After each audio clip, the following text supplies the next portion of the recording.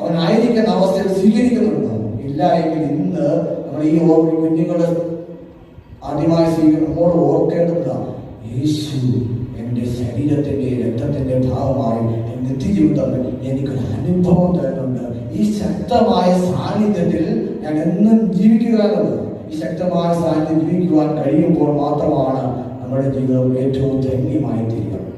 ഈ ധന്യമാവുന്ന ഉദാഹരണം നമ്മൾ ഒരുക്കുന്നത് നിത്യമായ ദൈവത്തിന്റെ സന്നിധികളെ ചേർത്ത് വയ്ക്കുക എന്നുള്ളത്. അതുകൊണ്ടാണ് ഇന്ന് നമ്മൾ വായിച്ചു കേട്ട കാര്യം, ആശീർവാദത്തിന്റെ കാര്യം ഒന്നാമത്തെ വായന കേട്ടത്. അവിടെ ദൈവത്തിൽ ഭൂമിയുടെയും ആകാശത്തിന്റെ നാഥനായ അത്യൻ ദൈവത്തിന് ഉണ്ടാക്കാടാക്ഷം നിന്റെ മേൽ ഉണ്ടാകട്ടെ എന്ന് പറഞ്ഞ് അബ്രഹാമിന് മെൽക്കീസേദെക്ക് കൊടുക്കുന്ന അനുഗ്രഹം പൂർണ്ണമായ അനുഗ്രഹം. മെൽക്കീസേദെക്ക് അർപ്പിക്കുന്നത്